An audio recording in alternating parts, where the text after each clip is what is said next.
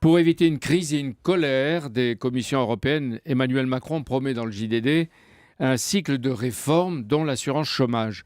Alexandre Carra confirmait tout à l'heure, Macron n'était que la voix de François Hollande, c'est ça?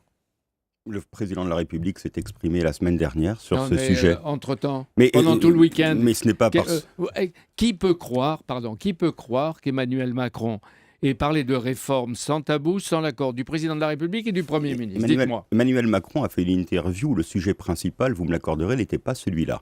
Il était la politique d'investissement et de compétitivité que nous menons. Avec l'Europe. Il a abordé ensuite la question de l'assurance chômage. Quand on vous pose une question, vous y répondez. Il y a répondu.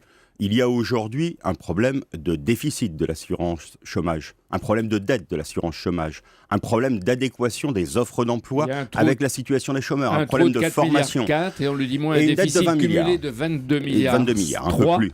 22 milliards 3, mais est-ce que ça peut continuer comme ça à protéger les chômeurs? Mais donc il y a bien une difficulté, et cette difficulté, aujourd'hui, elle doit être traitée par les partenaires sociaux. Ce n'est pas le sujet principal de la politique que nous menons, et c'est un sujet qu'en termes de méthode, nous serions avisés de laisser l'initiative aux partenaires sociaux qui en ont la responsabilité. Donc ce n'est pas à l'agenda politique. Mais est-ce qu'on peut ouvrir le débat? Mais les partenaires sociaux peuvent bien entendu ouvrir le débat quand ils le souhaitent. Vous le leur demandez? Et moi, je n'ai rien à leur demander. C'est le gouvernement qui fixe avec eux l'ordre des débats. Cela n'est pas dans l'agenda politique de la majorité. Que d'autres y travaillent compte tenu des déficits, c'est totalement normal. Pour autant, le président de la République a dit que ce n'était pas le chantier politique ouvert aujourd'hui. Il a dit...